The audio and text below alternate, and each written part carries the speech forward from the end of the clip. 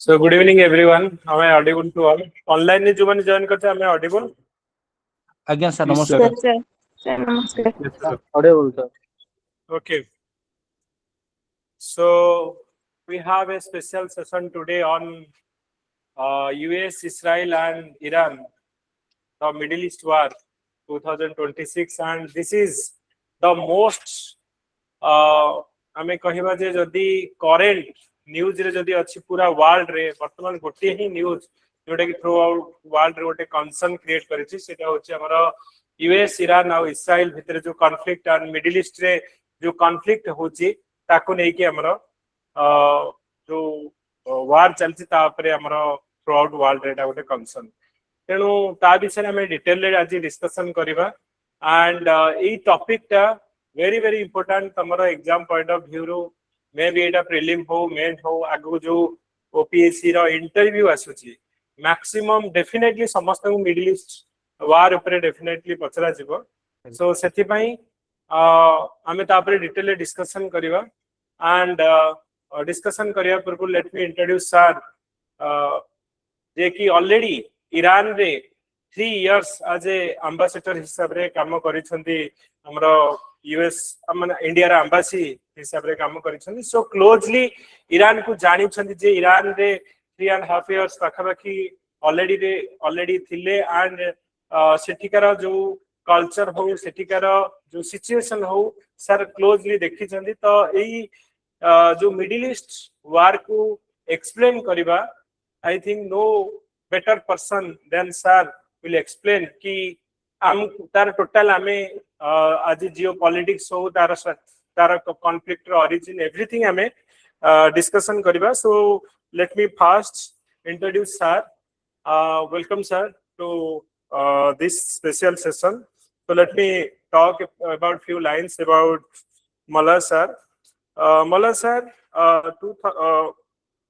1979 batch Indian Foreign Service, retired as a senior Indian diplomat with 36 years of experience, holding key positions such as India's ambassador to Hungary, Bosnia, Herzegovina before retiring in 2015. And sir has 9 Indian missions, including posting in France, Senegal, Mauritius, US, Iran, Germany, Seattle, and High Commissioner to Trinidad and Tobago.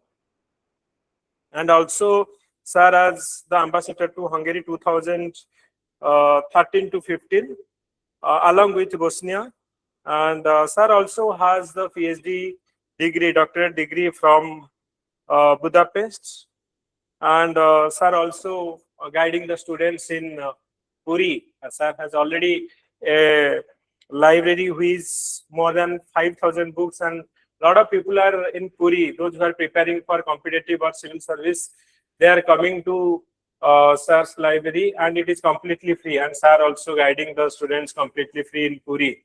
And so we are also fortunate to have sir in Kalinga's platform. Sir already हमारा जो core member हमें अछंती जो थे interview board हो और special जो issue गुडा को रहउची तापरे सर डेफिनेटली पिला मानन को पई हमको गाइड करंती आ क्लास नंदी so welcome to Kalinga's platform sir तो आज हमें जो टॉपिक ऊपर डिस्कशन करबा ए जो यूएस ईरान और इस्राएल कॉन्फ्लिक्ट ऊपर ता ऊपर सर हमें जिबा हमें क्वेश्चन आंसर फॉर्मेट रे जिबा रादर देन हमें पूरा टोटल टॉपिक तक सर कहबा बदल रे हमें देखिबा जो जो रिलेवेंट क्वेश्चन जोटा कि रहउची ता ऊपर हमें डिस्कशन करबा सो फर्स्ट क्वेश्चन मोर रहिबा सर को सर हमें जेहेतु गोटे बहुत पिला न्यू जे कॉन्फ्लिक्ट कोन तार रूट कॉज कोन so how do you explain the root cause of this current जो क्राइसिस रहउची यूएस ईरान और Israel conflict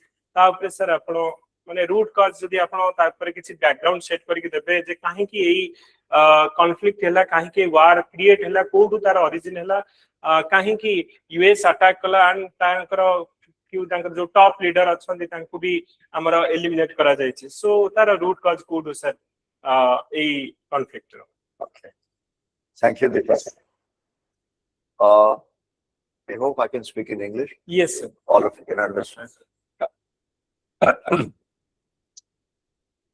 root cause of the conflict goes far deeper in the recent past. You can trace it till 1979. 1979. You had a big revolution in Iran. It was called the Islamic Revolution. Okay. That was the cause when the earlier monarchy, there was a king by the name of Reza Shah Pahlavi, who had established the Pahlavi dynasty. And he was ousted from power by a person called Khomeini, Imam Khomeini. Okay. So Imam Khomeini was in exile. He was exiled to Europe. He was in Paris. And from Paris, he led an Islamic revolution. And the Islamic revolution stands on 2-3 tenets. One was that Iran has predominantly Shia Muslims. You know, Muslims are of two types, mostly, either Shia or Sunni. Now, the Arab countries of the region are Sunni Islam, and Iran, Bahrain, part of Iraq, they are Shia Islam. The difference between the two is in the structure of the hierarchy of the prophets. The Shia Islam, they believe in a prophet called Imam Ali. Imam Ali, who was the son-in-law of Prophet Muhammad. So they believe that Imam Ali brought Shiite Islam into the world, whereas the Prophet had nominated 4 other successors, starting with Usman, Abu Bakr, Usman, Uthman, and Muhammad. So they propagated Sunni Islam. Now, I will tell you a little bit about Shiite Islam. The speciality of Shiite Islam is that they believe in sacrifice. They believe in sacrifice. They believe in martyrdom. You know, martyr, who becomes, who fights for a cause and who becomes a martyr to a cause. So the concept of martyrdom is ingrained in the Iranian psyche, that if you become a martyr to the cause of Islam, Shiite Islam, you get Jannat. That is their theological conception. From there it starts. They have give a lot of importance to resistance, to sacrifice, to suffering, to pain, because they are built like that. The Iranian psyche is used to taking pain and inflicting pain. Now remember, do you have a map of the world? Yes, sir. Yeah. So we can open it here.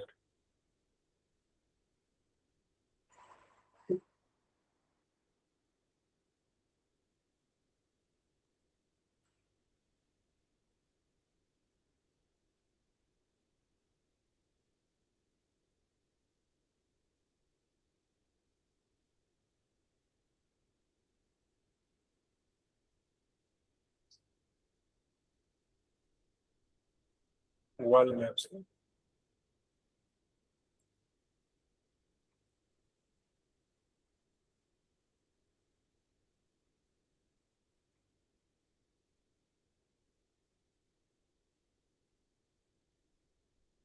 I want an enlarged map. Enlarged maps. So this one. Can it be enlarged? Sir, will come.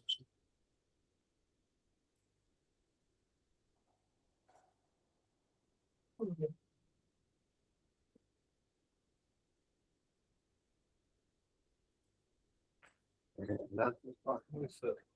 Okay.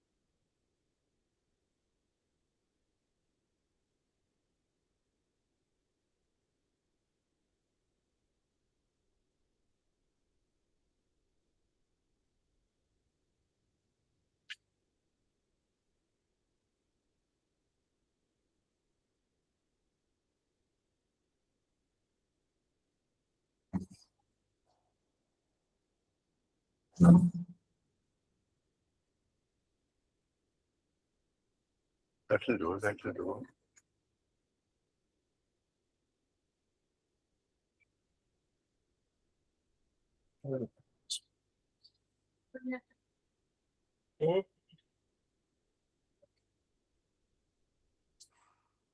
That's okay. That's okay. Google Map. Sure, sir.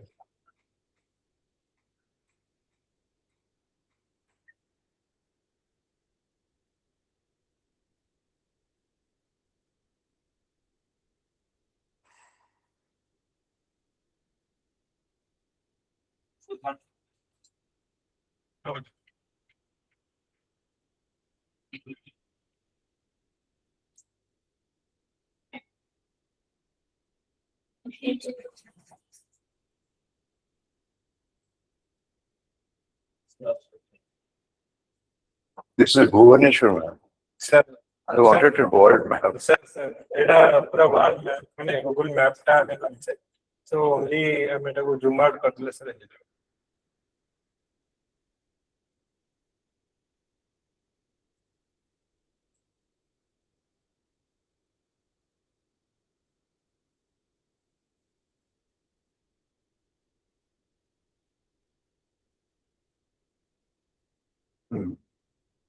Okay. sir Let go this ahead. be here. Okay. Yeah. Now, look at Iran. The size of Iran. It is the largest country in the entire region. Is as large as Saudi Arabia in size, but population is far bigger. Its population is 92 million at this time. Saudi is just barely 10, 12 million. Okay, so this is a very important area for the world. Why? Because there is this Gulf, Oman, and this is Iran, and this is what they call the Strait of Hormuz. Okay, everybody you know, everybody talks of Strait of Hormuz. Strait of Hormuz, at this narrowest point, it is 21 miles, and through that, almost 20% of the world's natural gas and fuel and petrol pass through that, out of which about 90% is imported by India itself. So this, what happened? State of Hormuz. Strait of Hormuz. So the Strait of Hormuz is very, very important. You should note it. Okay. Iran is a country of millennia. It's a civilization, it's called. And the civilization belongs to Persia. You must have heard the name of Persia. Persian civilization is as old as Indian civilization. They say it is about 7,000 years old, but normally it's estimated to be 5,000 to 6,000 years, which is even older than Indian civilization. Okay. Now, this is Tehran in the north, and this is the Alborz Mountains. This is a mountain range, very rugged mountain range, so there can't be no attack from there. But there is this Caspian Sea, which borders, where is it or now? Yeah, this is Caspian Sea. So this is Alborz Mountain, this is Tehran. As you said, I lived here for 3.5 years. I was working in the embassy there. And this revolution, what happened was, they brought in a focus on Shiite Islam to the map of the world. And as I said, Shiite Islam believed in sacrificing yourself, your life, for the cause of the country, for the cause of Islam. You sacrificed, you took pain. And here, Iran is surrounded by all these Gulf states. There are 6 countries here: Kuwait, UAE, Oman, Saudi Arabia, not Iraq, who are members of the Gulf Cooperation Council. Oman, UAE, where is Kuwait? Kuwait and UAE, Oman, Saudi Arabia, they name it Saudi Arabia, Bahrain, where is Bahrain? It should be here somewhere. Saudi Arabia. Over here.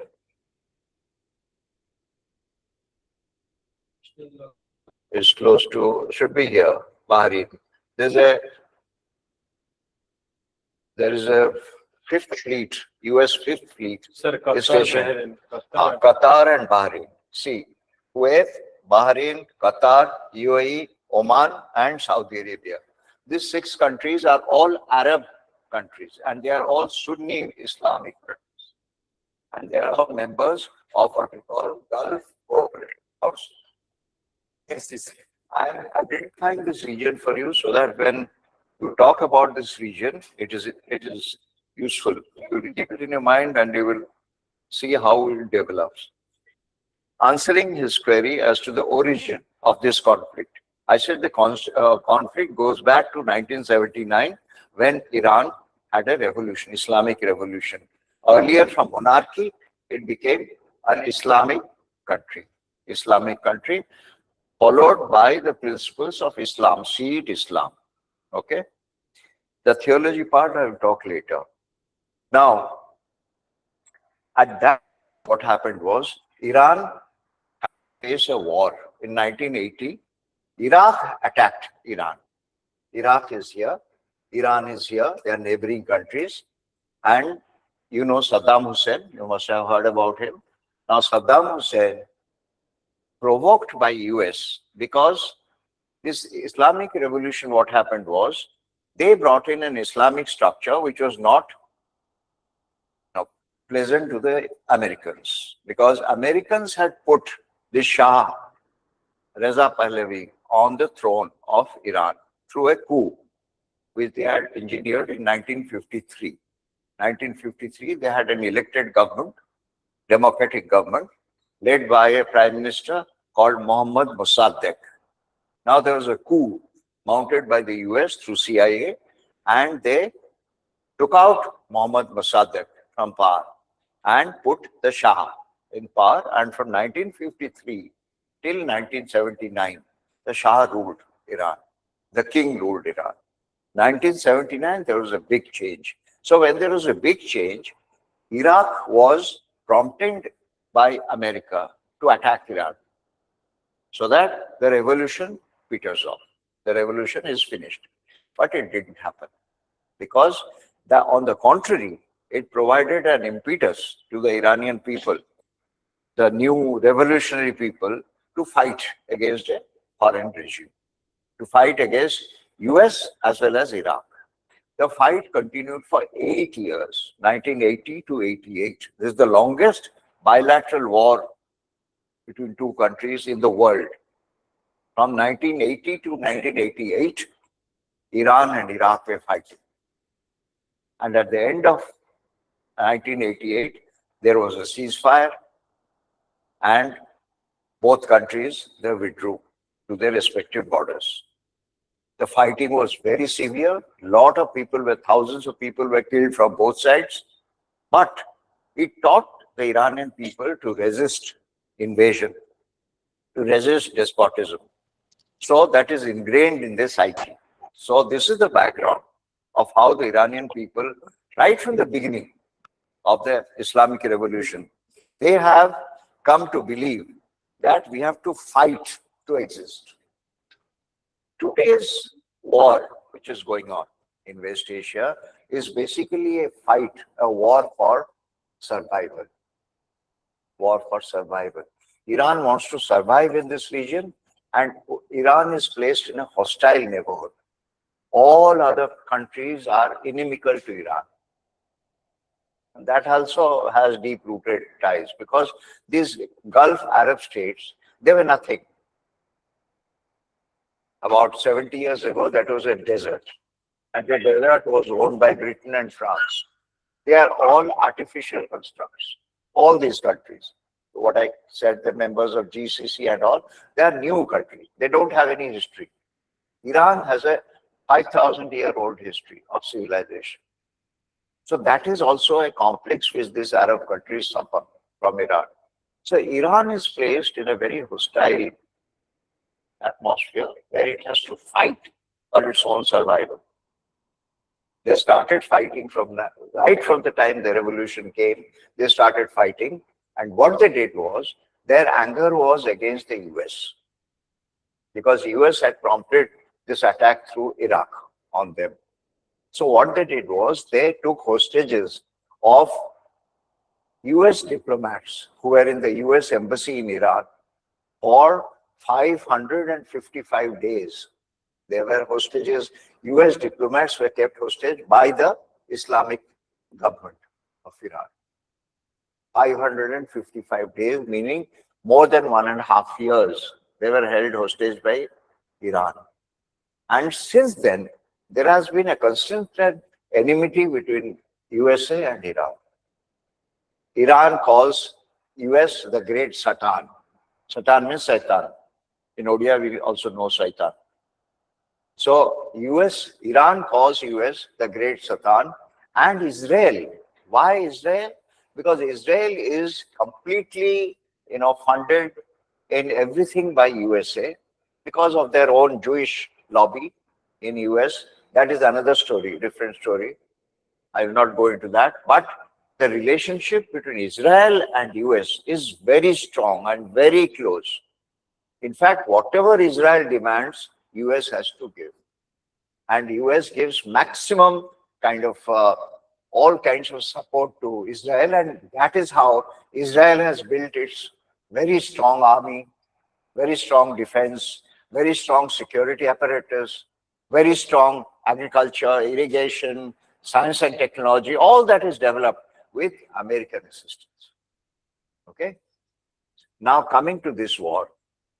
This war actually, if you little before this war, in June last year, 2025, there was a 12-day war between Israel and Iran.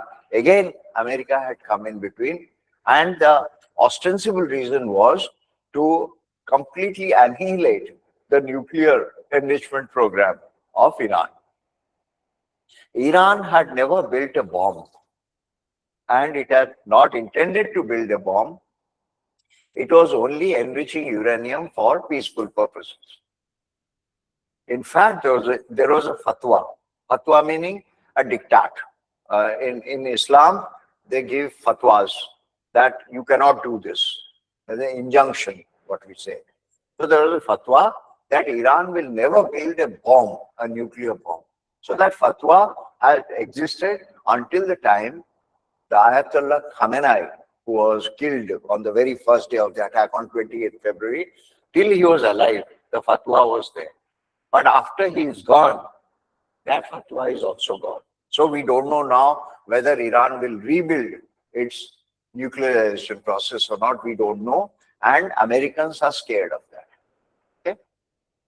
The immediate cause of the war was that in the 12-day war between Israel and Iran, with America's support, they had bombed and destroyed all the 3-4 nuclear facilities of Iran completely.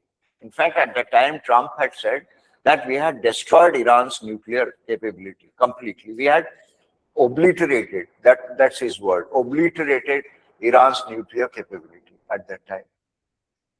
And if you have obliterated the nuclear, again, why are you coming to have a war with them? Because again, this war, the ostensible reason of America is that we want to destroy Iran's nuclear capability. We want to destroy Iran's ballistic missile capability and launching capability. We want to destroy Iran's complete dominance of the region. That is the reason why America came into this. Now, why did Israel come into this? Because Israel wanted to decapitate the leadership of Iran. It was kill as many Iranian leaders as possible and destroy their top-rank leadership. So you see the war objectives of these two parties, between the main actors are America, Israel on one side, Iran on the other side. There are three parties, three actors here. Okay, they have different objectives. US's objectives is basically to completely take out Iran's nuclear capability and missile development capability, drone development capability. The thing because America feels that Iran has been using this to instigate terrorism. Iran has been the fount of global terrorism. That is the concept. That is the concept. And Iran has been also promoting other militia groups like Hamas for the cause of Palestinian people, like Hezbollah in Lebanon, because Hezbollah is also an uprising Shiite group of people. Houthis in Yemen, they are also blocking the Red Sea part to the Bab el-Mandeb, that part. So Saudi Arabia had a war with Yemen for several years, and now they have patched up. But Yemen, the Houthi, there's a militant group. They are always taking orders from Iran. They are sitting way away in Yemen. Yemen is Saudi. Yemen is somewhere here. Sir. Yeah, this is Yemen. See, Yemen, and this is what they call Red Sea. That also is an outlet for energy flowing down through this. This is called Bab el-Mandeb. This part. This is called Gulf of Aden, and this goes out to the Indian Ocean. So these two passages are blocked by Iran and Iran's proxy, Yemen, the Houthis. Okay. So besides developing their missile capability, because now they have developed, complete dominance over missile development, Iran has. But their ultimate weapon is this Gulf of the Strait of Hormuz, this narrow passageway. Why?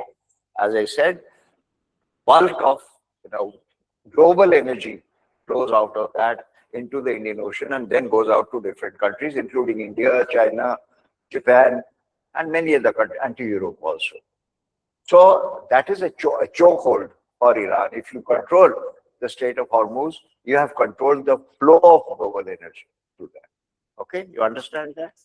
Now, as I said, the war objectives of America and Israel have been different. Israel is scared of Iran because Israel is a small country with 9 million population. Iran is a big country with 92 million population.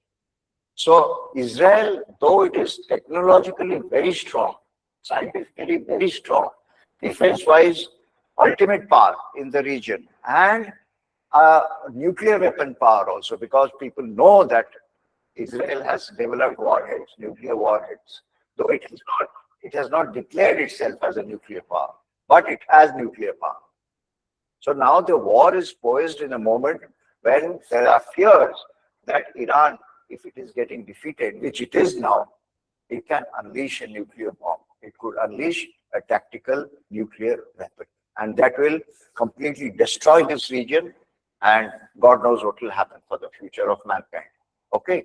Now, so because Iran constitutes and thinks Israel to be a danger to its existence, and similarly, Israel also thinks that Iran is a danger to its existence. So Iran and Israel have always been at loggerheads, at conflict, and you have various wars in the West Asian region due to Palestine. Again, you had wars in 1948, in 56, in 67, in 73, in 98, various wars of Israel involved with the Arab countries. But Israel is a Jewish state, as you all know.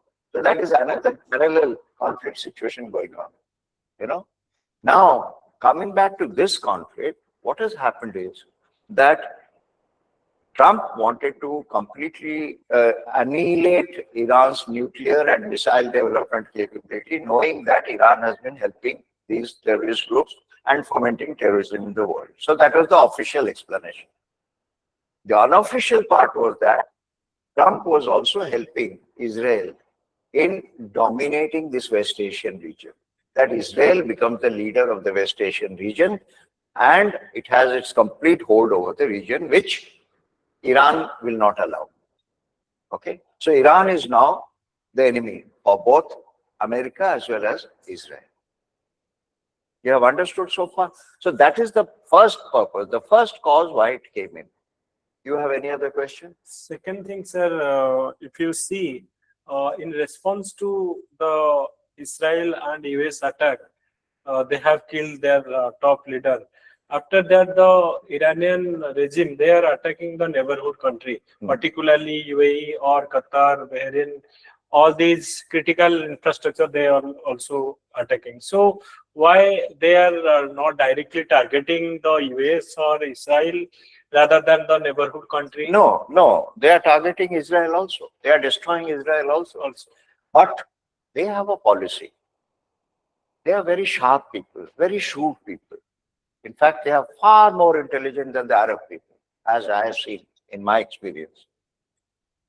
They are very intelligent people, very educated people, very civilized people, and Arab people are not that intelligent as the Iranians are. That is a basic distinction.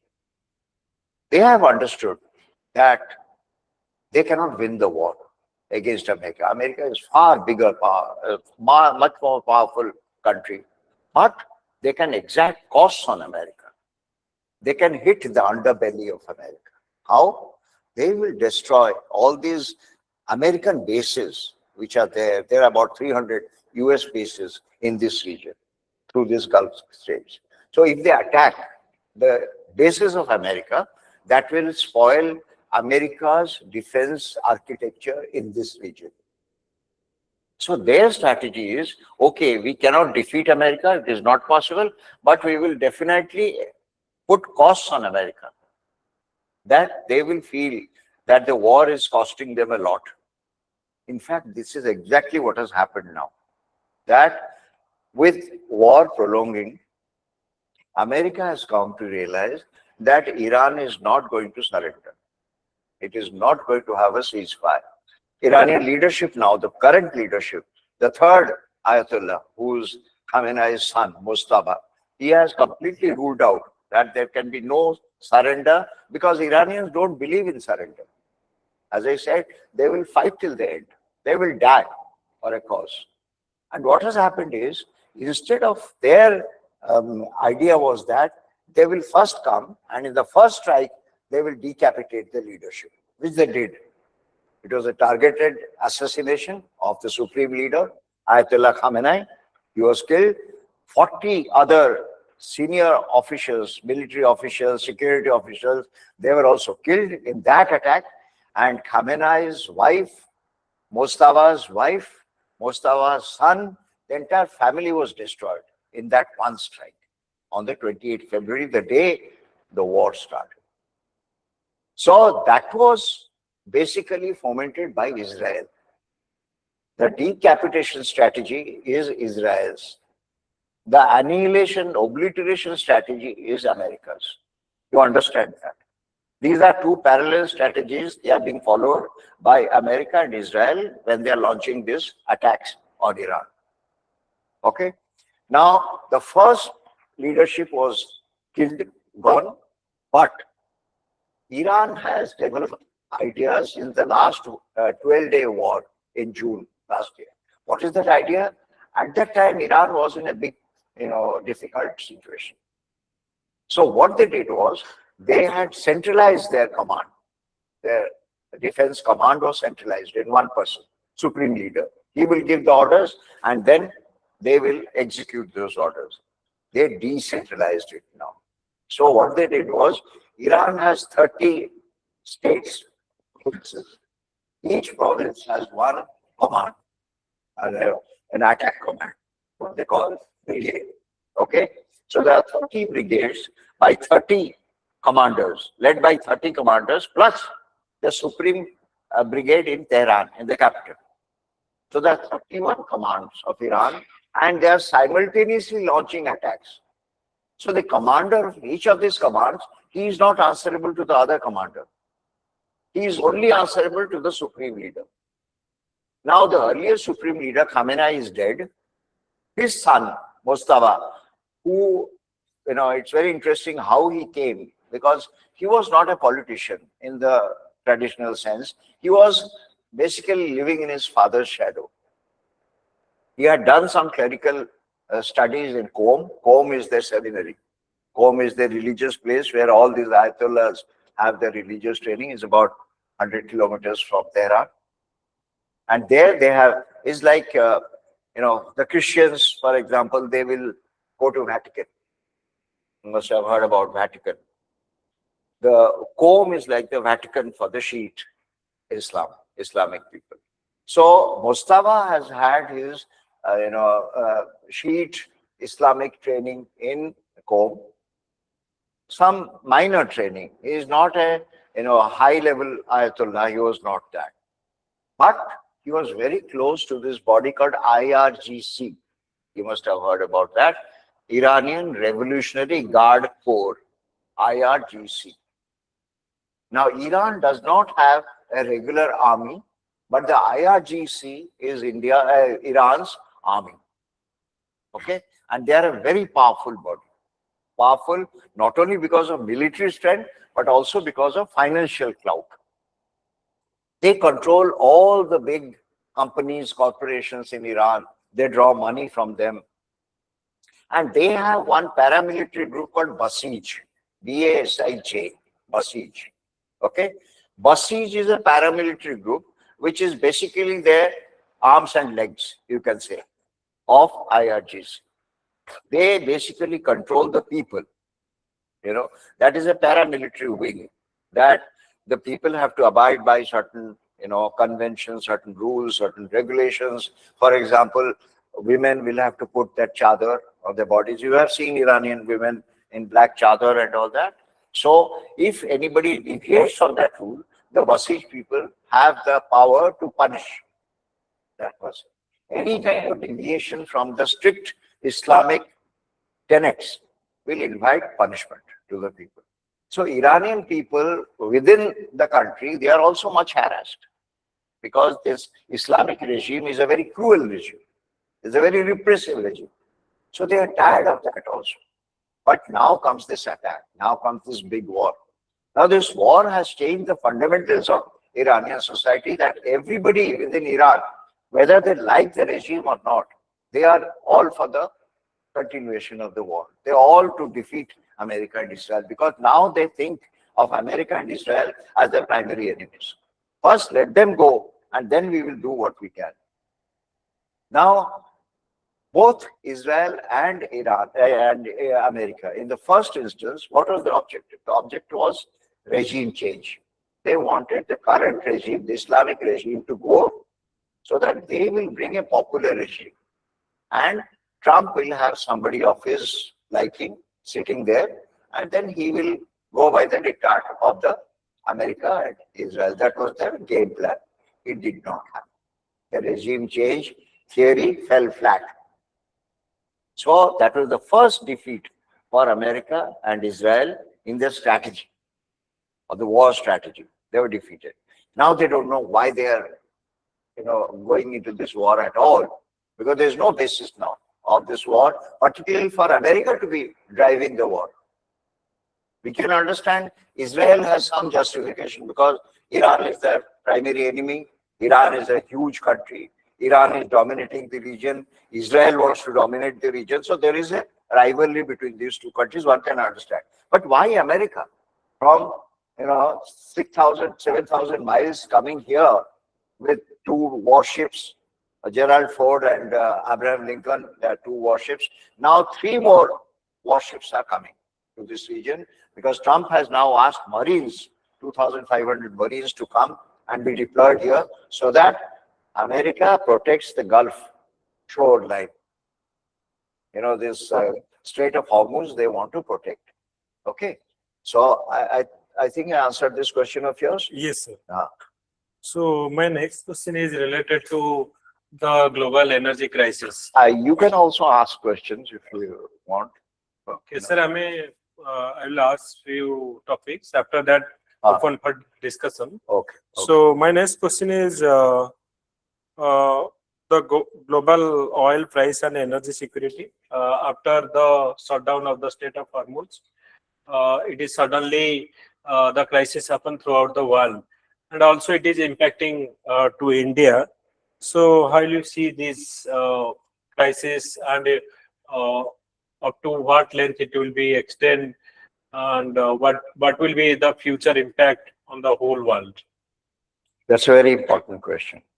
As I said, this Strait of Hormuz is a choke point to which all the world's energy exports, gas, fuel, petrol, fertilizers, rare earths, everything is going out of this passageway. Okay? So if this passageway is blocked, as it is now, of course, legally, Iran does not have the sovereign right over the Strait of Hormuz. But geographically, it is dominant. It is sitting over there. And it's a big power. It has a big force, military, and big, missile capability. So it is blocking. The drones and the missiles are there to protect. So any ship going by that, they can attack. So it is up to them. And other countries are scared. And therefore, these Gulf countries, which are producing, all these Gulf countries are producing fuel, they have gas. Qatar is the world's largest exporter of gas after Russia. Saudi Arabia is a big exporter of petrol, oil. You have all these countries producing oil. Dubai, for example, is a huge investment and capital destination. So Iran is now trying to immobilize these infrastructures, this oil, gas, all this infrastructure he wants to immobilize. Why? So that there is a big crisis in the world, crisis which is now hitting. And now today, as I speak, petrol, Brent crude, what to say, is the global market. Brent crude is the benchmark for, it is now come to $120 per barrel.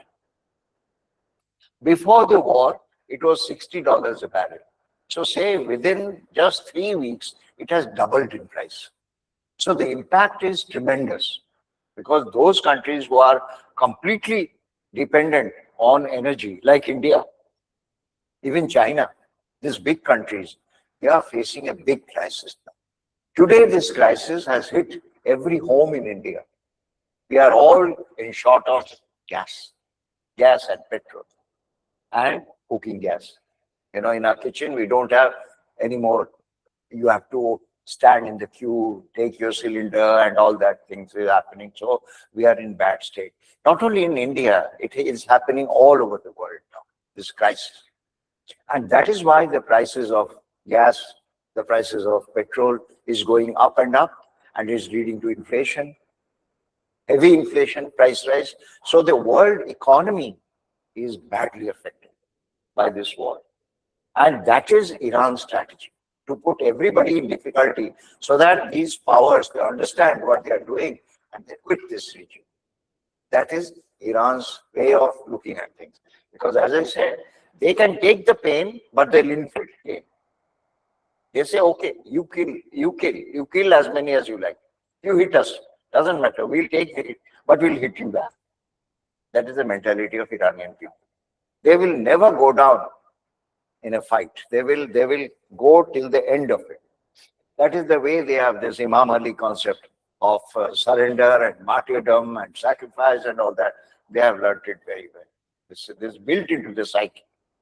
So that is how they have now captured the global attention, as you said, that everybody is now looking for when this war will end, so that this crisis goes away. The energy crisis is a huge problem now in the world today.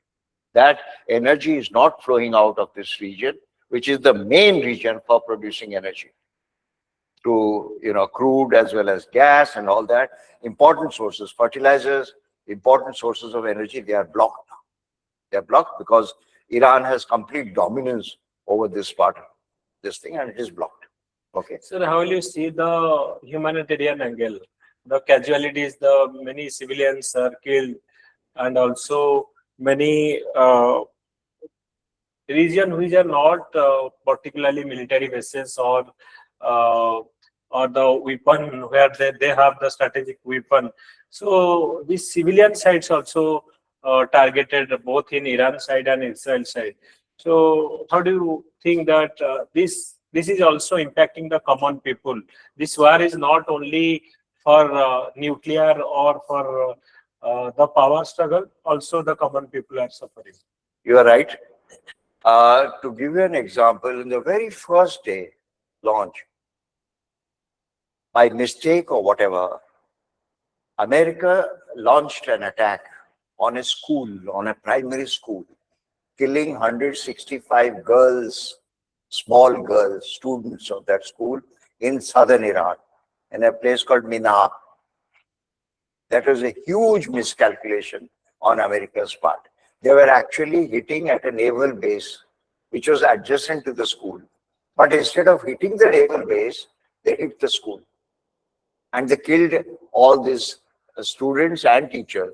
So 180 people died in the very first day on this attack, civilian people attack. So far, as they say, the official count is 1,300 Iranians have lost their lives, 1,300. Whereas there is not much collateral damage from the Israeli side, except some infrastructure has been lost. Some about 15 Israeli casualties have been noted. And America, of course, there have been some, casualties on America's side also, but not much. They have been contained within 15 to 20 casualties. Maximum casualties are from Iranian side, civilian casualties. But as I said, Iran is continuing with that. Iran has mobilized its population to keep on fighting despite the material losses. And they know that even if they go to any, United Nations or any other international body, nobody will care. UN is a very weak organization now, and UN is dominated by America on one side and Russia and China on the other. So anything will be vetoed there. So they don't want to go there also. They are just, their own thing is to fight, and fight till the last man is there. They keep fighting. So one leadership goes, another leadership comes up, because they have decentralized leadership, they have decentralized the command. And from the military point of view, what they have done, they have built elaborate tunnels under the ground. And under the tunnel, they are having all the missile capability developed. Even now, while the war is going on, they are continuing to develop missiles and drones. They are building all this, producing all that. So they are never in shortage. Whereas for America, they have to bring their weapons all the way from America to the ships and all. So it is time taking. And to give to other Gulf countries and to give to Israel also, they have to bring their weapons from America. But here in Iran, they are producing every day. So they are never in shortage of ballistic missiles or drones. They have learned the production very easily, very well, and all underneath the ground, which is difficult to penetrate. Even the missiles which are being launched, they are also underground. So they build that capability in such a way that they are launching the missile, and the missile is coming from the ground up and going and hitting precisely at that spot, because China is helping Iran in a big way in locating the targets. How? China is giving them the support of satellite strikes. And they shifted, earlier this year, in January, in fact, they shifted from GPS satellite of America to Beidou, B-E-D-O-U, Beidou satellite tracking of China. So the Beidou satellite has been helping Iran in giving accurate targets. And Iran now has developed this, capability to launch absolute accurate. So unlike in the 12-day war, the June war, where the targets were not accurate, now they are very, very accurate, because China has been helping them a lot through satellite, through space, through satellite, through electronic warfare. China is helping Iran in a big way. And Russia is also helping Iran in a big way through their S-400s, their air missile defense system. So they have got full support of Russia and China, and they are continuing to fight in that. So this is about...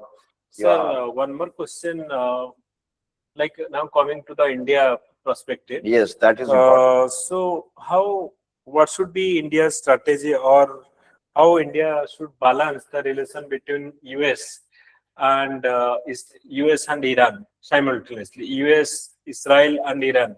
In one side, we have Chabahar in Iran. In the other side, we have better relation. A few days before the attack, our Prime Minister visited Israel. And I think 2-3 days after the attack happened. And also we have a tension relationship between US due to our trade. So in this critical situation, how India should balance the relationship between US, Israel, and Iran? I think this is the most critical question of the day, which everybody is asking. What is India's role in this entire conflict? Because I feel India is a direct affected party. We are not a neighbor of Iran because in between there is Afghanistan, but we are virtually in a neighborhood. And it directly impacts India. So we ought to have taken a line which is equidistant in such a crisis, where we are supposed to have friendly relations with both Iran, Israel, America, all these three parties. India has good relations, traditionally good relations, and with Iran it has had civilizational relations, civilizational links. You know, we consider Iran as our brother's country. So, unfortunately, our foreign policy, as we have seen in this area, people see and people perceive that it has been tilted towards Israel and US to the exclusion of Iran. And there are several instances. You said about PM Modi's visit to Israel. Now, PM Modi's visit to Israel concluded on 26th of February and 28th February. Within 36 hours, the attack took place. Now, it is inconceivable that India did not know that there was a war coming up. And when PM Modi went to Israel, he addressed the Knesset. Knesset is the parliament of Israel, where he said that we fully back Israel. We stand by Israel. Now and forever. He said that his statement he gave at the Israeli parliament. Now that has put people in a kind of thinking that why did Mr. Modi do that? Why did we go all out when it is very clear that India knew that a war was coming? It couldn't have been that we didn't know, because the strategic planning for the war was going on. America and Israel has been consulting each other. Just few days back, mid-February, Netanyahu had gone to Washington, to the White House, and met President Trump, and they had organized, they had had strategy sessions about this war coming. So how could Mr. Modi not know that a big war is coming up, created by these two countries, mostly Israel and backed by America? How did he not? Number one. That is the number one. I would say our diplomacy has not taken that into account. Number two, when the supreme leader of Iran was assassinated, it was a targeted assassination. As I said, Israel's policy was to decapitate the leadership, the frontline leadership. You just kill them. Israel thought that after the leadership is dead, there'll be commotion in the streets and people will come out and then they will fight the government and then they will take over power and all that. There'll be basically a riot situation and then people will take over power. That's why both Israel and America, they were asking the people to come and take your government. We have given you your government, you take it now. But that didn't happen. People didn't come on the street. People, on the other hand, rallied around the Iranian flag and they supported the Iranian state. So that was a failure. At that point, when the supreme leader died, supreme leader is over the head of state. The status of the supreme leader is not only the religious head, but the political head also of Iran. So supreme leader is the leader in charge of everything, of the army, of the clergy, of the Islamic Shiite faith, not only in Iran, but for the entire Shiite Islam, brotherhood all over the world. Even for Indian Shiite, He is the supreme leader. In Jammu and Kashmir, people are protesting. Yes, that's why there are a lot of protests in India. In Kashmir, there was protest. In Hyderabad, there was protest. In Lucknow, there are protests. Wherever there are Shiite Muslim pockets in India, there are protests against the killing of Ayatollah Khamenei. So, the fact that India did not utter a word when Ayatollah Khamenei was killed, along with the top leadership, military, that also has put people in a very difficult situation to understand why did India do that. The least India could have done was to condole the death of the supreme leader, which India did not do. In fact, not only did India not do, but it kept quiet all along.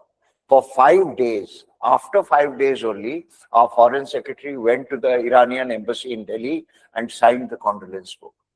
And it is also believed that our External Affairs Ministry sent out a circular to all our embassies, to all our ambassadors, saying that wherever the Iranian embassy, because after a supreme leader is killed, after a president or prime minister killed, normally the embassy will open a condolence book, a condolence register. So the other countries are supposed to come and give their condolence, record the condolence in the condolence book, which is normal. So Iranian embassies had opened condolence books in various countries. Our ministry sent out a circular to our ambassadors, believe that. I mean, there is some hearsay, maybe, but people believe that it could be true, that the circular was that do not sign the condolence register unless you check with us. Check with us means check with the Ministry of External Affairs. So this was also a wrong step. We should have condemned the killing. We should have condoled the killing. We not only did not condemn, but we didn't even condole the death of Supreme Leader who has been very, very important for India. In fact, there are stories that Ayatollah Khamenei was a great, passionate reader, book reader, and he was very fond of Nehru and Nehru's writings. And he said that the two most important books in my life, that is Ayatollah Khamenei's life, has been Discovery of India and Glimpses of World History, which are Nehru's books. He mentioned that also in his writings. And he was a great lover of literature, great lover of poetry. So how could India not do that? So this has been a very significant omission. India has committed a lot of omission and commission all through this war, as we say.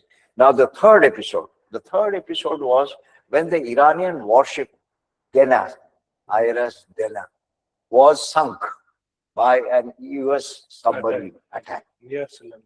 Huh? Near Sri Lanka. Near Sri Lanka, off the Sri Lankan coast, not inside Sri Lanka's waters, just outside. India did not say a word of protest. Though that ship had come to Vizag, there was a Milan exercise, international fleet review exercise in Vizag. And there were some 84 countries attending that exercise. And there were 3 Iranian ships who had come to take part in that exercise. That was happening in February. From 15th to 25th February, that 10-day, there was this fleet review. This Dena, these 3 ships were going back after this. So there were guests of Indian government, of Indian Navy, they had come. And this ship was sunk by a US submarine and India did not utter a word. So all these instances go to show that India has not been very fair in its treatment towards both parties. And this has gone against, Iran-India relationship. And therefore, when we are asking now to Israel, to Iran, to let our ships come through the Strait of Hormuz, they are, saying, why? You didn't support us when we needed your support. Now, why are you asking? So very grudgingly, they have permitted 2 of our ships to pass through the Strait of Hormuz. There are about 22 Indian flag carriers blocked in the Strait of Hormuz today, as I speak, out of about 3,000 ships which are lined up in the Strait of Hormuz, completely choking the energy flow out of this part of the world to this thing. So this is a huge crisis. India's foreign policy has been very, very, not quite judicious. We have always believed in strategic autonomy. Our foreign policy, the principle, you will always get this question in your exams. What is strategic autonomy? How do you define strategic autonomy? Strategic autonomy is a new version of non-alignment, basically. That you have the autonomy to decide on your own national interest, who to side with and who not to side with, which interest you are. Your defining interest is your national interest. You go by your national interest. In fact, foreign policy is nothing but promoting your national interest, promoting and protecting your interest. So that is foreign policy. But you have not done that. Your national interest was what? In Iran, you had a huge diaspora in Iran. There are, in that entire region, there are 10 million Indians working and living there. So my question is that, more than 10 million people are now residing in the total Middle East. So how we can rescue these Indians? What is the option available for India? How we can bring them back to our country safely? We have already started the rescue operation.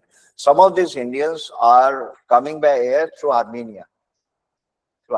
Some are being flown, but we cannot bring a ship there because again a ship will be caught in that a big jam there. So our only evacuation will be by air to some contiguous airport, which is not a part of the war. So Armenia is the nearest part of even Azerbaijan is involved in the war because Iran had shot a missile towards Azerbaijan also, because Azerbaijan was believed to be helping these Gulf Arab states. So Iran lost one missile. So Azerbaijan again is an enemy, now is a part of this. So Armenia is safe. They are all coming through Armenia at this moment. And we are negotiating with Iran how they can do this. But Iran has its own problems now. They are not listening to India. So these Indians, they are waiting. In fact, Dubai, there are at least some 10,000 Indians who are waiting at Dubai airport itself, just to be evacuated. Because Dubai airport has been destroyed. There have been 2 successive attacks, Iranian attacks on Dubai, which is the largest airport of the world. And that has been attacked and finished. So why they are attacking the airports? That is why, because they want to completely damage the infrastructure facilities in the Gulf Arab states to give a chetavani, a warning to the US that your allies in this region are not safe. You cannot provide them safety and security. Because so far, these Gulf Arab states were reliant completely on US as the security provider. That they had a security umbrella, which US had given them, that you are all secure here. Because we are here, we have our bases here, so you will all be secure with American, security umbrella. Not anymore. So just to add one question, why the US bases are available in the Gulf country? Only to provide them secure, or they have some own benefit? They have their own benefit. They also extract. Why was the war in Iraq? Basically to get the oil out of there. Why in Syria? Basically to support the anti-state groups which are allied with Russia. So there are all kinds of reasons why America is there, and America has been there in this region since a long time. So America has its interest in this region, and mostly financial, corporate interests. Sir, my one more question. How do you see Trump as a leader, world leader? Because he has captured the Venezuela president, then he have directly targeted Iran and killed the top leadership. So do you think that Trump is a person very uncertain and also like autocracy or monarchy type of leadership? Trump image has been completely decimated through this war, because people don't believe Trump anymore. Even his allies in Europe, they don't believe in him. Now NATO also refused to. NATO also refused to come in support of him, and he called NATO people as cowards. Yes. So nobody believes Trump anymore. His credibility is an all-time low now. Even in America, the popularity ratings, he's gone down, down, down. Only 28% of the American population, recent survey, They believe in Trump. And the midterm elections are coming in November this year. And it is very obvious that the Republican Party will lose very badly because of Trump's policy. Because nobody wants a war. Nobody wants Americans to come out of America and fight another war there. They are saying that we are not involved in this war. Why are we going there? And now these 2,500 Marine people are coming. They may also be killed in battle. One American soldier going, it creates a big ruckus in America. One dead American soldier in body bag going back to America is a huge thing. And now they are sending 2,500 people to fight here. Is a suicidal policy which Trump is. And why is Trump following that? People say that it is completely dictated by Netanyahu. He is completely surrendered to what Netanyahu is doing. Even this Qatar gas field, this Pars gas field, that was done by Israel. And Israel said that we had not taken any consultation of America at all. We did it on our own. Even Trump said that we were not consulted. Though we are their partners, we were not consulted when they destroyed. And South Pars field is the biggest gas field of Qatar. It's on the border between Qatar and Iran. And it was about 25% of the gas field was destroyed by Israeli bombing. So obviously Israel and US now are going in two different directions. To answer your question, I think Trump is at its lowest popularity because he was one person during the presidential campaign. He had clearly said that we are not going to be involved in other people's wars. It was very clear.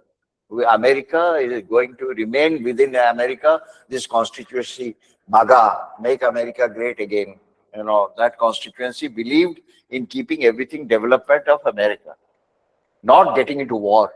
Because now there are a lot of expenditure going on in America. They have asked for $200 billion support from, Pentagon has asked $200 billion from the Treasury, from American Treasury, so that they can purchase equipments and send this war. So they don't want, because it is causing inflation in America. It is causing, gas prices to go up. All that is happening in America. People don't want it. So obviously, Mr. Trump is the most unpopular president ever in American history. Now, his rating is the lowest. That's all I can say. But we are caught in a bind. Why we are caught in a bind? There's a lot of speculation on that. Why Trump goes on humiliating Mr. Modi again and again. He says whatever he wants to say, he says. So people speculate that there could be a Adani issue. There could be a Epstein issue. There could be 2-3 other issues where Mr. Modi seems to be, more submissive towards Trump than what he should be. Because we are a strong country also. We are a big country also. We have to, stand up on our own feet and not fall again and again to America. And the trade deal also, it was nearly getting full America in that trade deal and very little of India in that. Whatever they dictated, we had to take it. We had to take it until the war broke out. So we are in a very uncomfortable situation in minus now. So many people feel that, yes, our foreign policy has done good and all that. I, for one, believe that we could have been more impartial in this conflict because it was directly hitting us.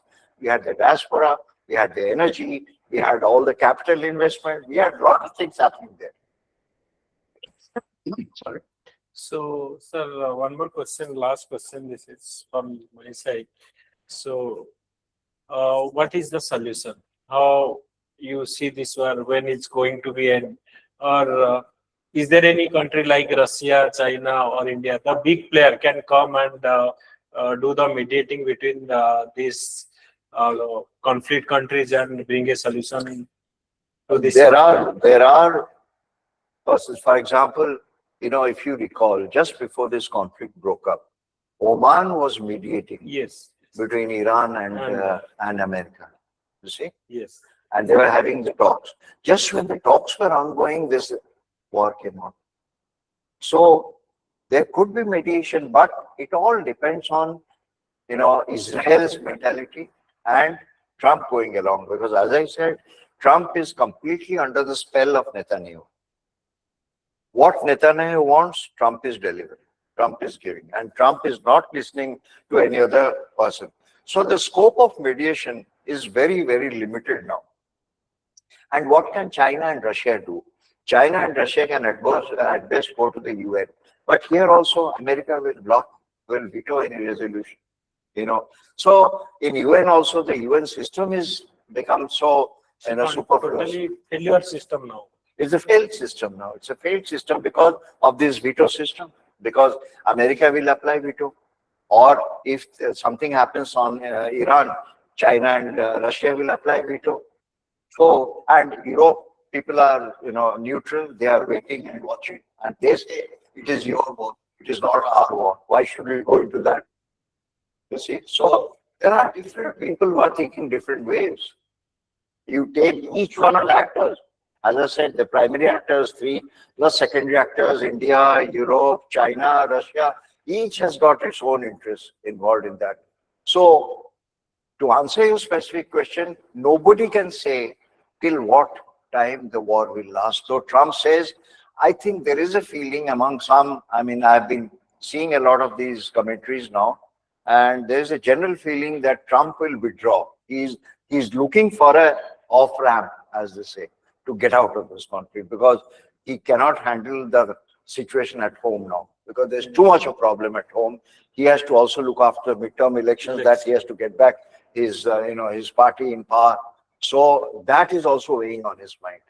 So he's now looking for a respectable position where he will say, enough, we had a ceasefire, Iran has now come to submission, they have asked to stop the war, and we have stopped the war. In fact, he has said that we have completely destroyed Iran, there is nothing more to destroy now, why should we stay? So I think the first stone will be thrown by America, the stone of stopping the war. That America will say that we will go back. But because they are a big power, they are a very powerful country, they will not say like that. They will find a decent way of saying that, and so that it appeals to the world that America came and fought this war, got the war objectives met, and then they are going back. But the world now has believed, has fully, in fact, almost all the commentaries which you will see now in social media think that this war is won by Iran, because this war is a war of survival for Iran. Whereas for America and Israel, there was a war of choice for them. They wanted this war. Iran did not want this war. Iran wanted to protect its own territorial integrity and sovereignty. And this war is basically, Iran is surviving in this war. So if Iran has protected its territorial integrity and sovereignty, Iran has won the war. And America has lost the war. But the question which you asked is very pertinent. When will this war end? Nobody can give an exact timeline for that. But my feeling is that it may continue till the end of this month, because by 30th of March, 31st of March, Congress will give the approval or no approval, because Trump has not taken the approval of the Congress so far. Without the approval of the Congress, this war is being launched, which is against the Constitution of America. Congress has to authorize war. The president is the supreme commander of the armed forces, but the president cannot act on its own without the endorsement, without the approval of the US Congress. And here the Congress has not been consulted when Trump launched the war. Many Congress people also objecting this. Many Congress people, particularly the Democrats, are objecting to this war. How can this war go on without our approval, without the Congress approval? So the deadline they have given is 30th of March, end of this month. And thereafter, there'll be no, you see, this 200 billion also, that the Congress has to pass. Yes. If the Congress doesn't pass, it doesn't come out. And if it doesn't come out, no weapons can be given by Trump, even if he wishes. So that is one choke, one pressure point on Trump, that enough is enough, just come back from there. We don't want, what do we do, what we get out of it? Iran is destroyed anyway. How long can you keep on destroying? How long can you go on bombing? You've bombed enough, you have killed enough, now come back. Because nobody wants now this war to continue. Sir, one hypothetical question. So, if this war will continue, suppose 2-3 months more, because we are importing the oil, and if now you saw that the oil price is high, maybe double, $60 to now $120. So every $10 rise in the price, we are paying a huge amount to buying the oil. So do you think that it will, if you will continue for 6 more months, India, maybe a crisis, economic crisis will happen in future? Exactly. It will happen in future, and we may go to a economic emergency. Emergency like 1991 BOP crisis? Yeah, even more than that. Even more than that. That was a foreign exchange crisis. This will be a genuine internal economic financial crisis. It will be an economic emergency under Article, what is that, 360. I think Article 360 of our Constitution delineates 3 types of emergency. You have the national emergency, you have the state emergency, and financial emergency. So this will come under financial emergency, and this will happen. This will happen. But you know, you said it's a hypothetical question, but I don't believe that. I think it's quite a real question now. It's a real question because it is eating into India's economy, and now the economists are saying that it is pulling India. The GDP is falling substantially because of this war. Now, I think we have already lost some some 2% or something GDP. That is the estimate now. And all these Gulf Arab states, they are losing heavily on GDP because their income is gone. They're not getting the prices for gas and oil. So our like tourism sector is now down. Is it? And Is hotel industry is also down because we have petrol, we can buy petrol from Russia and other countries, but natural gas, which is really a problem, is the only way we are bringing this one from the state of Hormuz. So that is the biggest challenge. And natural gas and fertilizers. Fertilizer. You see, if you don't have fertilizers, Agriculture. your agriculture sector is dead. You can't have farming at all. So it hits your agriculture sector, it hits your industrial sector, it hits your manufacturing sector. Your entire economy is paralyzed for that. So what will you do? What will you do? How will you generate? Because everything said and done, we do not have enough resources of our own to make do. Though we are a large country, we are Atmanirbhar and all that, but those are basically slogans. You know, in times of need, they don't come. They don't come. We have not yet come up to that degree of complete self-reliance as the Chinese have. We have not. We will take some time. We are transitioning towards that. Right? And this is a very delicate period for our economy. And if there is a hit now, we go back 20 years. You know, that is the biggest worry now. So you see how this conflict has enmeshed the entire world into it, and more so India, yes. Can Russia come play in terms of energy? Yes, yes, it can come. In fact, Russia is already there. Russia is already there, and Russia is helping Iran. That is for sure. They have given them S-300 and S-400, anti-missile protectors, interceptors. So Russia is very much in the game.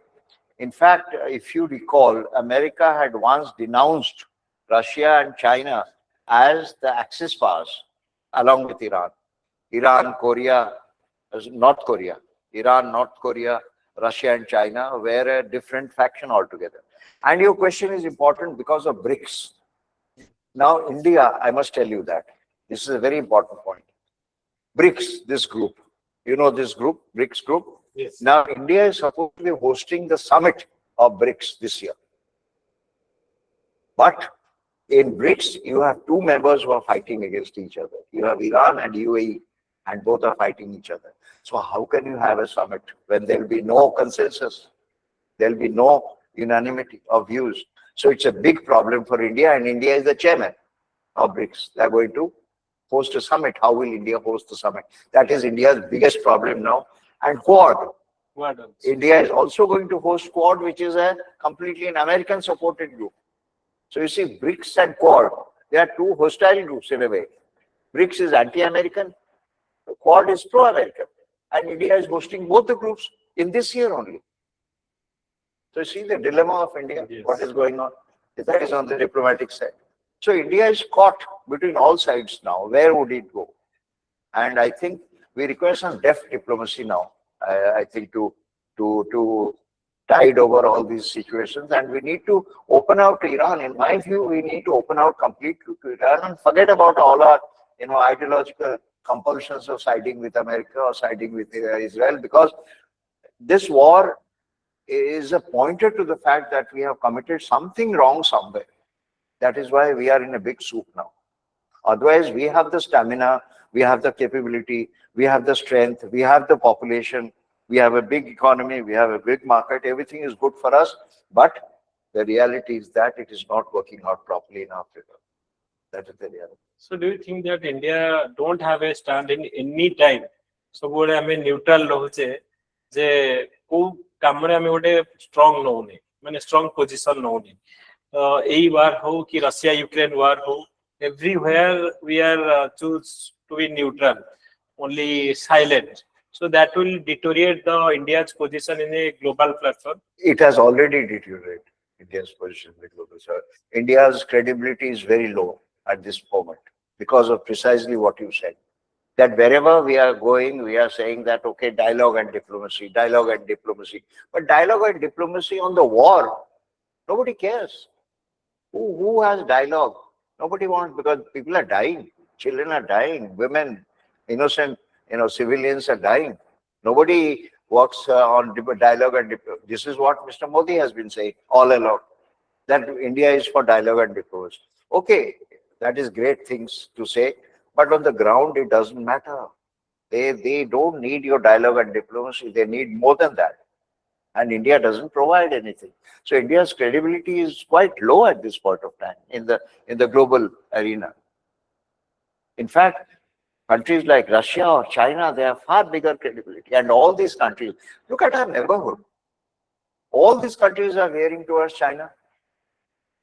Yes. With no exception, except perhaps Bhutan. All these other major countries, neighboring countries, they are all looking at Belt and Road Initiative. They joined the Belt and Road Initiative. Nobody is with us in our own neighborhood. What to talk of outside? We're not taking the stand, and why we're not expecting that. What the stand we should take here, and why we are not taking that? If it is getting our credibility. We are not able to take a stand because we can't decide things properly. I think that is my independent view. I mean, I may be wrong. That is not the government's view, obviously. Government has its own position. But I think that,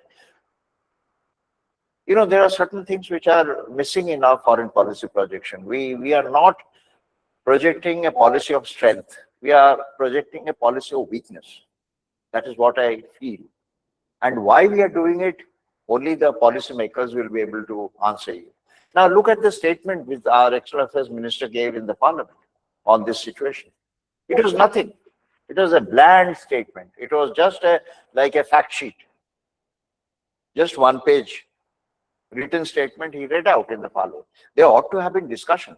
There's a huge crisis going. All the parliament, MPs on the opposition, they wanted a full house discussion in the current budget session. This is the current session of the parliament. But there was no discussion. Only External Affairs Minister read out a statement. That is not government the way you can handle. This government does not want to take the opposition into account in whatever it is doing. It is keeping everything under wraps. And when the social media blows it up, then they come and say that you are anti-national. And if you talk too much, then they use all kinds of restrictive laws on you. They will put you in jail and they will put you under UAPA and all that. All kinds of things are going on. People are in fear. Nobody wants to ask questions. So this is the overall climate in which we are going. But this crisis is an eye-opener for us that we ought to have been more wise. We ought to have been more rational. First of all, in my personal view, Prime Minister Modi need not have gone to Israel. We could have engaged in talks through other people. Head of state or head of country's government going to a state which is a belligerent state and which is going to war in 36 hours. That is not all. Nobody has believed. Everybody is watching. And you came down from the airplane and you hugged Netanyahu and said, you are my best friend and Israel is our best friend. and 36 hours later, Israel is launching a full-fledged war on Iran. Who's your friend? Who has been? I mean, it doesn't, add up at all. Everything is going beyond credibility. What do you do? It's a very confusing picture.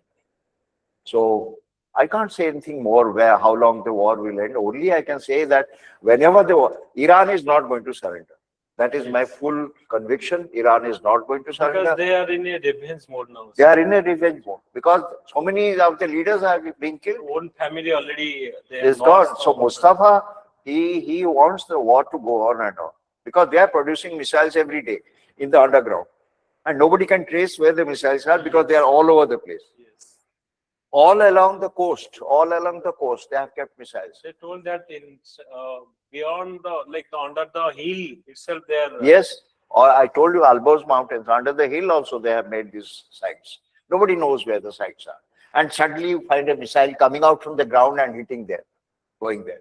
In fact, today's news says they attacked Diego Garcia. The two missiles they launched, Diego Garcia in Indian Ocean. 4,000 kilometers away. They sent two missiles. One was intercepted, one just burst or something. But the thing is that Iran is trying to project its power as much as possible. Do whatever you want, we are going to stay. This is our country, this is our people. You have come from outside, you have attacked us. So we are defending our country. And they have every right to defend the country. Every country has a right to defend its own interests, its own people. So they are representative in UN also. They have told like this. This is UN violation in the Article 2. You cannot use a foreign soil to attack another country. So Yes. that is what we are not attacking our neighborhood. We are attacking the US bases, Exactly. which is a threat to us. So this is a war for our existence. Yes. So this War is a for war our for survival. That's what they have said and they are right. They are right. If you take an impartial view, I think Iran's stand so far has been one stand. They have not, taken different stands. They have taken one stand that we stand against this war. The aggressors are to be punished because the aggressors are America and Israel, and we have to defend our own country, our own territory. So whatever we do, it is in defense. It is in self-defense. Self-defense. self. We are defending our country. That's it. Okay. So, Thank you so much, sir. I think it is very, very extensive. हमें discussion कले जोटा कि माने closely तमे जदि news रे पढ़िबो देखिबो जानि परिबनी कि आमे भी एते डिटेल ले जानि ने कि ता origin कोट होला सर जेंति कहले 1979 रो वार रो गोटे हमरो आज जाय जदि कोनोसी दीटा कंट्री भितरे लार्जेस्ट टाइम वार हेचे सेटा होची हमरो इराक और ईरान भितरे तो सेठू ही हमरो कॉन्फ्लिक्ट एई कि आज जो कॉन्फ्लिक्ट ऑलरेडी हेची तो तारो पूरा टोटल हिस्ट्री आरंभ करी कि वर्तमान प्रेजेंट क्राइसिस जाय आ तार कोन implication रहुची इंडिया ऊपर इंडिया रो डायस्पोरा इंडिया रो energy sector everything will hamper and definitely एठी हमरो इंडिया रो जो डिप्लोमेसी रहुची जे केमती गोटे बैलेंस करा जिवो यूएस संगरे पुणी हमरो ईरान संगरे तो that is very much critical and आमे देखिबा आगु केते दिन हमरो वार चलीबा कोन हबो तो सेटा देखिबा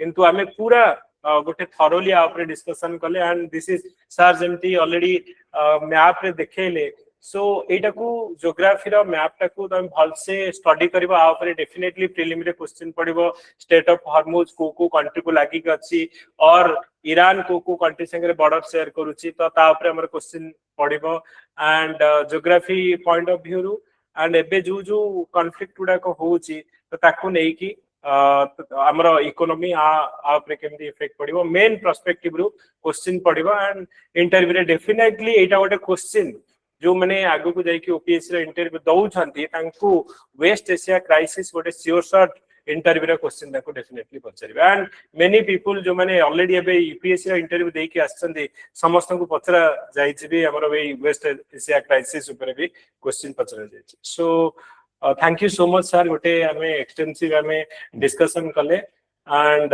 थैंक यू सो मच आपनकर जो एक्सपीरियंस ईरान रे आपन एते दिन ऑलरेडी 3.5 इयर्स थिले क्लोजली लुक द मैटर जोटा कि आपण निजे फील करिसेंती देखिसेंती सो से एक्सपीरियंस ता हमें आज सुनिया को पाइलु we are really fortunate to Thank you. Have you in our platform I will conclude that Iranian people are a very good people, are a very friendly people.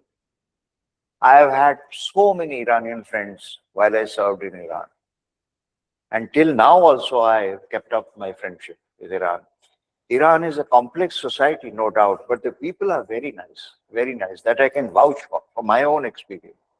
I spent 3.5 years there. I breathed Iran's air, I drank Iran's water, I ate Iran's food. I mean, everything is lovely in that country. It is basically the propaganda, the Western propaganda, particularly American propaganda, which has destroyed Iran and brought Iran to this pass today. That Iran is treated as an enemy of the world. It is not.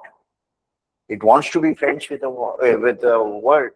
It has to develop its capabilities. Every country has the power to develop its capabilities. yes sir so sir that is the question जदी हमें कहूचे nuclear power जने create करूछ बोली ताको attack करा गला why not us रहिला China रहिला Russia they are nuclear already so they need to destroy And particularly look at Israel. Israel also has developed nuclear weapons. yes It is known now. So Israel, though having developed nuclear weapons, it is trying Iran not to develop their nuclear weapons. What is this? It is injustice. And you are killing Iranian people because you say that how can you develop nuclear weapons? Nobody is asking Israel, how could you develop nuclear weapons? They develop nuclear weapons with American partnership that they developed. Iran is also developing. And my personal feeling is that now that Mustafa is the supreme leader, Mustafa is a different kind of person.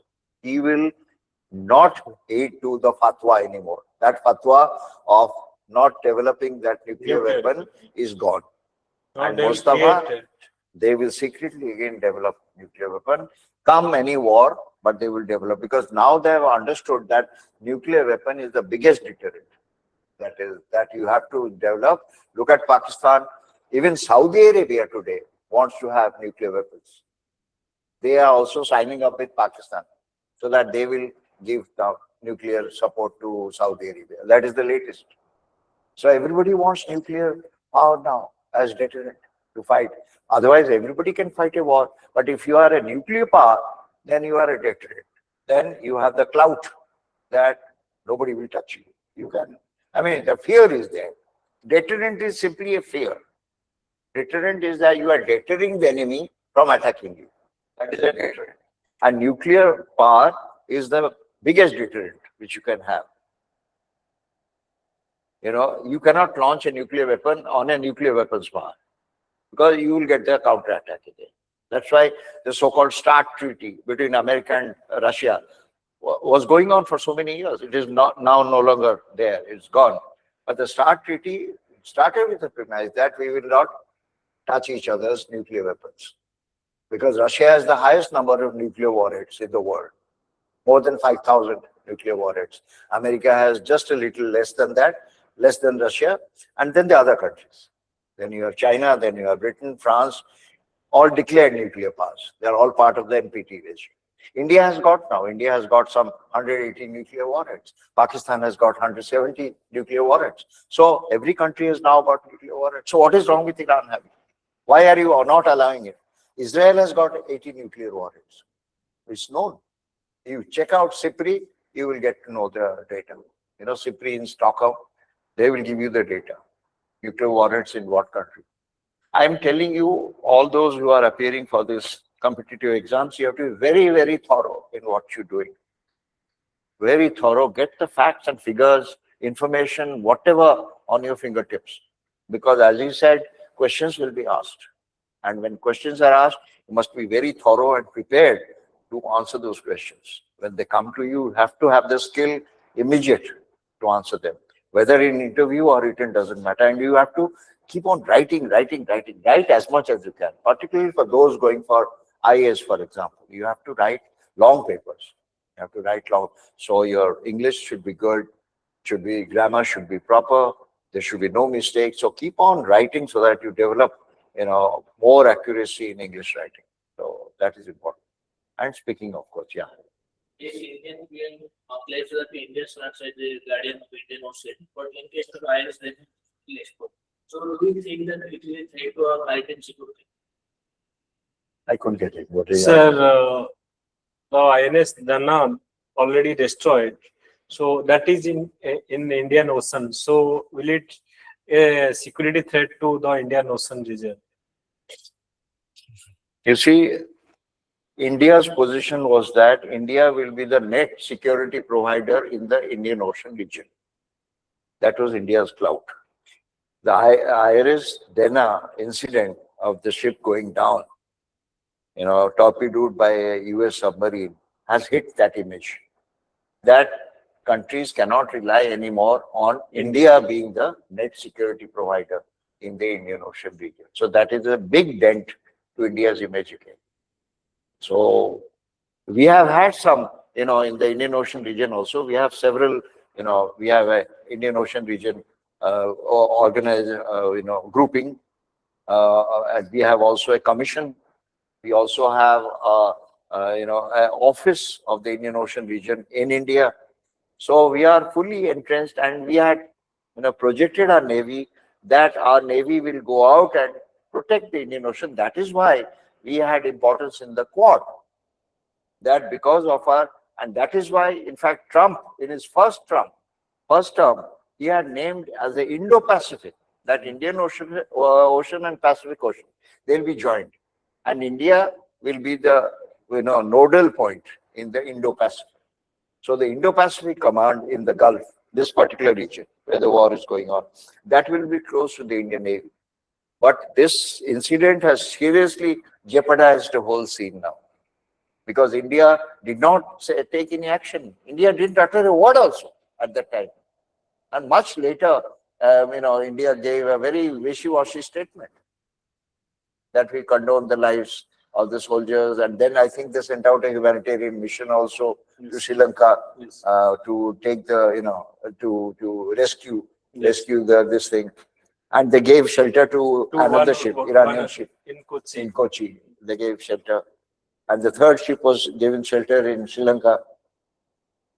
It has been everything has misfired very badly for India in this entire. Okay. So any question from online? Which question online? Yeah. Yes, sir. Gotte minute. Online question Sir, I hope I'm audible clearly. Yes. Sir, I still couldn't get what compelled America to fight a war directly rather than fighting a proxy war on behalf of Israel, keeping in mind all the risks that it took since they were in between a negotiation. And there was no direct threat to America as well from Iran side, and keeping in mind the November elections in America. So what is it between Israel and America that it compelled America to have a war directly all of a sudden? She's asking something about America. Why America directly involved in the war and helping Israel in the direction of Israel involving the war? You see, I said in the beginning that there is a huge Jewish lobby working in America. They're protecting Jewish interests all over the world. That is a loose body, coalition of individuals and various corporate groups, but they are heavily based in American corporate sector. And they control banking, they control financial networks, they control big business in America. So they are a very powerful force. And one group is there called AIPAC, America Israel Political Affairs Committee, AIPAC. That is a political grouping which heavily controls, both Democrat as well as Republican senators and congressmen in the US Congress. So they are a big, policy making group, and they are a big, pressure group. You can say pressure group on America. So it is the Jewish lobby in America which has led America to all the time support Israel in whatever Israel is doing. That has a historical reason also, because it goes down to the Holocaust and the guilt factor of European countries that they launched this Holocaust against the Jews and all that. So America is also a part of that psychology. So this is, I would say, this is a broad explanation of your question. And America will continue to support Israel, whatever happens, no matter which president comes. That is given their official policy that they will continue to support Israel in whatever Israel does because of the Jewish lobby, which is extremely powerful within America and outside also. And even in Europe, the Jewish lobby. I hope I have answered that question. Yes. Yes, sir. Thank you, sir. ଗୋଟେ ଖାଲି କୁହ କହିଥିଲ ତମ question କହିଥିଲ If I talk about economic perspective, to what extent can disruptions in relations here push India into a cycle of imported excess and widening current account deficit? Something on Russia. no, why how will it impact the import? We are importing from the West Asia, and also current account deficit is asking. It will increase the current account deficit precisely because our exports and imports both will suffer. Our trade will suffer. Our external trade will suffer very badly. So it will lead to huge deficit in our export and imports will go down, both exports and imports. So our financial deficit will increase. Our current account will go down. So I see a lot of, our economy from all sides will be badgered through this crisis. Because trade, this entire I showed both the Red Sea side, Bab el-Mandeb, and the Persian Gulf side, Strait of Hormuz. These are two crucial waterways for India's trade with the rest of the world. Stocks will completely be destroyed because you have no pricing anymore. You have no pricing. The stocks will fall. The stock markets will collapse. If the crisis continues, it will impact our stock markets heavily. Already Nifty is down. So you see, you study the stock markets, they're going down and down. And if this continues, we'll pass through a very, very dark chapter in our economic, on the economic side. As I said, our manufacturing, our agriculture, even our, services sector, as you said, tourism is badly hit now. Our services sector will also be hit. So our only respite, I think, perhaps Professor Mishra will explain it better. Our only respite is our foreign exchange reserves. I think we have got some comfortable forex reserves now, which will help us tide through this situation. That's why even the prices are not being raised so much. Today they just raised 2 rupees on premium petrol, not on common man's petrol. So I think it will continue. We can cushion this price rise and rate because of forex reserves which we have. I think we have got some 800 billion US as reserves. So that will help a bit. But if this crisis prolongs, if it continues, then we'll have a bad time. We'll have a bad time. Now, the inability of UN Security Council to prevent escalation in West Asia indicate a crisis of global governance. Yeah, it's correct. You see, UN Security Council, what happens? I'll give you an example. There was a UN Security Council resolution, I think 2817, on 11th March. 135 countries sponsored that resolution. What did that resolution say? It called upon Iran to immediately stop attacks in this region, attacks on the Gulf countries, cease hostilities and all that. But it couldn't pass. 135 countries, including India, had sponsored this. Why it couldn't pass? Both Russia and China vetoed against this resolution. So what is the authenticity of these resolutions to the UN? What is the UN functioning at all? Yes, yes. In fact, Europe is also now blocked because of that. Now the conflict has arisen between NATO and US precisely because of that. because they don't want to get involved in this conflict. They're saying, this is not our war. Why should we go into that? Why should we get hit? In fact, they already hit. The gas started coming less to Europe and is badly hit.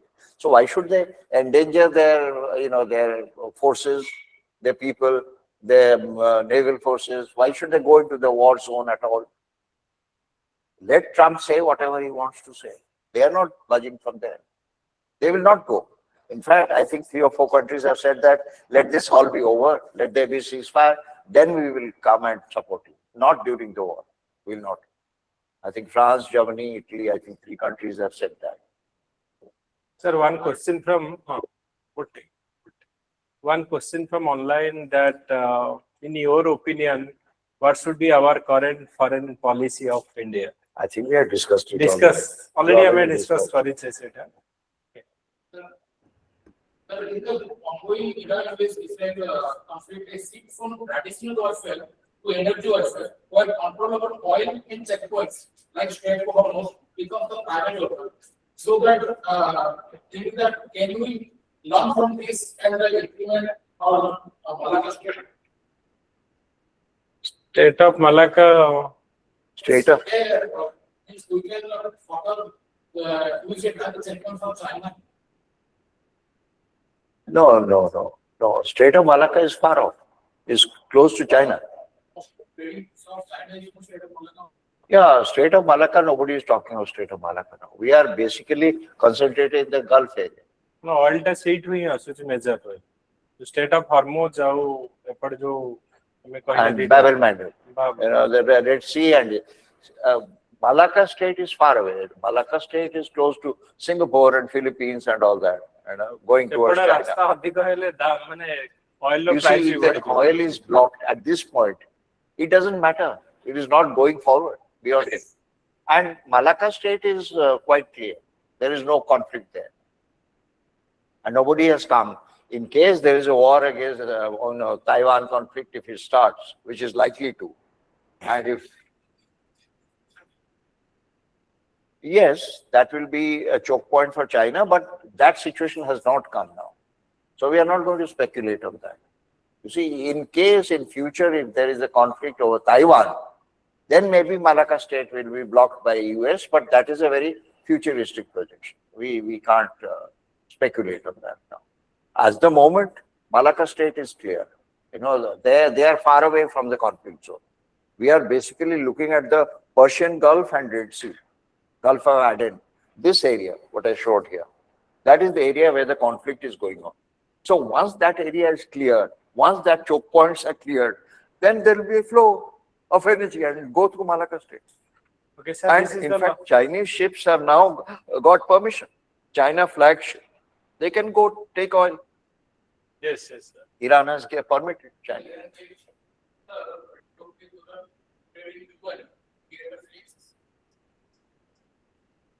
What? The trading companies, those are trading by using the currency of yuan, Chinese currency. They will get more capacity. ଏବେ ଚାଇନାର condition କଣ ହଉଛି China ତାଙ୍କର oil କିଣୁଛି ଆଉ ଯାହା ବି ତାଙ୍କର ଏବେ ଯୋଉ କମୋଡିଟି ଚାଇନା ତାଙ୍କୁ ପ୍ରୋଭାଇଡ କରୁଛି ତ major commodity now they are getting from China only. I'll answer your question. People by and large have understood China's strategy and US's strategy. US is not happy, Trump is not happy. In fact, the summit meeting with Xi Jinping has been postponed indefinitely. Trump was to meet Xi Jinping end of March. He is not going. He is not going to Beijing. He has already postponed it indefinitely. Number one. Number two, all these global South countries, which is the 80% of the global population, they are willing to accept China as the leader, not US. So there is a shift in the global perception within the global South. China is now the undisputed leader in the global South, even in BRICS. So it stands in direct competition to India's, claim to be the leader of the global South. Remember that. So when you are discussing BRICS, the new formation in the BRICS is China will be the dominant power in BRICS, followed by Russia. And India's position in BRICS will fall. And the Vishwa Guru and all that thing, they're gone. They're gone. Because no country is prepared to believe that we are the Vishwa Guru anymore because we don't help people. So what is the Vishwa Guru? So to answer your question, China is in a formidable position now. And this conflict has aided China in that. Because America's position has gone down in the world. America's credibility has gone down. America's credibility has gone down and China's credibility has gone up among the global south. You see, that is the dynamics I'm talking about. You still have questions? Good question. Sethi tha. Okay, so, okay. I'll come So, back again. okay, so already जो मैंने online में question पूछा था, how will you conflict this conflict reshape the global powers are already कही सारे कि global power रे हमें देखो जे जंती कि global south रा leader हमारा China तो China is now जदि हमें देखिबा US को cross करूची related to trade को नेकी economically जदि हमें देखिबा trade wise now China is the biggest माने power in the माने world रे आउ next होची गोटे question should India take the role an active negotiator with help of SCO rather than following a passive policy? So SCO रे sir India रो गोटे active negotiator हिसाब रे काम करिबा दरकार सेटा गोटे question. In SCO. In SCO. SCO, but SCO, the problem is Pakistan is there in SCO. Yes. So our efforts are always hampered with Pakistan's Pakistan presence, and whether we China like also, it or sir. not. China also. And China there, China, Russia, they are the moving powers in the SCO. So, of course, India is a member, an important member, but because of this ideological conflict within SCO, India cannot, the space for India is limited within SCO. India could have done better in BRICS, but with this episode happening, now BRICS also, the leadership has been hijacked by China, the BRICS leadership. India is no longer a leader within BRICS, and if India thinks so, I think we have to revise our policy on that.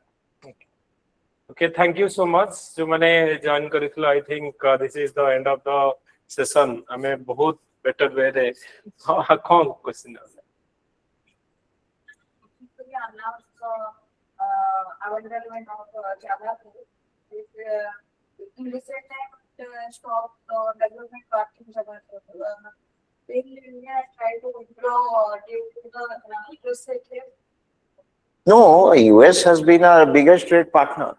So US will always be there in our calculation. That is there. But the thing is, how do we work out a relationship with US? With a very volatile president like Donald Trump. How do we work out a relation? Because he's not a stable man. He's a very unpredictable man. He's very volatile. He bursts into jealousy and screaming and shouting, and who doesn't like, call them cowards or things like that. So how do you trust this man? We have a trust deficit with US. We have a credibility deficit with US. US is no longer a big credible power. Global powers, there are 3 global powers in the world. US, Russia, China. No fourth power. These 3 are dominating the world today. Out of this, US is now the weaker of the 3. Russia, if you see the conflict in Ukraine, his credibility has gone up. NATO couldn't do much to detract Russia from attacks on Ukraine. It's still attacking Ukraine and degrading its forces more and more. China is the strongest of the 3 powers, of the global powers. So to answer your question, we do have a relationship. We have to keep a relationship with US. We cannot overlook that. We cannot neglect that. But we have to strategize this relationship. We have to work on this relationship more, and we have to be more formal, in my view, with US. We don't have to be pally because he doesn't understand friendship, this man. If you go and hug him, he misunderstands it. He thinks you are weak. So we shouldn't give the impression of weakness from our side. Okay? Okay, sir. Okay, sir. Thank you all. Thank you, जो मैंने I online. thank all of you. I So think definitely Thank you, हमें sir. Thank you, sir. Thank you so much. अलग किसी हमारा जदि important current related international related topic जदि होची ताला हमें आगु देखि discussion करेगा. Definitely ସାର୍ ରହିବେ କାରଣ ଏଇ ଡିରେକ୍ସନରେ ଆଉ ମୁଁ ଆଉ ଗୋଟେ କଥା ସମସ୍ତେ ଜାଣିଥିବେ ଯେ ଏସ୍ ଜୟଶଙ୍କର ଯିଏ ଆମର ଏକ୍ସଟର୍ନାଲ ଆଫେୟାର ମିନିଷ୍ଟର ସାର୍ଙ୍କର classmate Yeah, we studied together. He was my batchmate. ତେଣୁ ସାର୍ ଦି ଜଣ ଯାକ ସାର୍ ମାନେ even if joining sir same year or different? We joined same year. I joined the central service in 77. He joined the foreign service. Then I came to the foreign service in 79. So in foreign service is 2 years senior to me. But in bureaucracy, we are the same batch. In academics, we are the same batch. And we studied in JNU in the same class. We did political studies in JNU. Same year we passed out. We did our MA, we did our MPhil from JNU. Then he did his PhD. After that, when he joined the service, I did my PhD long time later. So, Okay, sir. Thank you all. Good night to everyone. okay, thank you very much for giving me a decent hearing. I'll back again sometime. Deepak, Sir, I'll take your leave now. sir.